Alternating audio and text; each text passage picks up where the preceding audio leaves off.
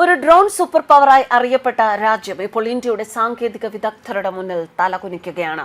ഇന്ത്യക്കെതിരെ ആയുധങ്ങളും കൊണ്ട് പാകിസ്ഥാന്റെ മൂട് താങ്ങാൻ പോയ തുർക്കി ഇപ്പോൾ സ്വന്തം ഡ്രോണുകളുടെ കഴിവില്ലായ്മയ്ക്ക് ലോകത്തിനു മുന്നിൽ ചൂളുന്നു. ഇത് ഇന്ത്യ കൊടുത്ത ഒന്നാം തരം തിരിച്ചടി.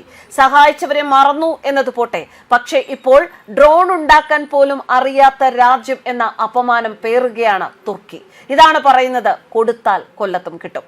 ഇതുവരെ ഒരു ഡ്രോൺ സൂപ്പർ പവറായി അറിയപ്പെട്ട രാജ്യമായിരുന്നു തുർക്കി. തുർക്കിയെ നാണം കെടുത്തുകയായിരുന്നു ഓപ്പറേഷൻ സിന്ദൂറിന്റെ നാളുകളിൽ ഇന്ത്യ. പാകിസ്ഥാന് വേണ്ടി ഇന്ത്യയിലേക്ക് പറന്നെത്തിയ എല്ലാ തുർക്കി ഡ്രോണുകളെയും ഇന്ത്യ തകർത്തിട്ടിരുന്നു. ഇതോടെ പാകിസ്ഥാന് മുന്നിൽ എർദോഗാന്റെ യുദ്ധവീരൻ എന്ന പരിവേഷമാണ് നഷ്ടമായിരിക്കുന്നത്.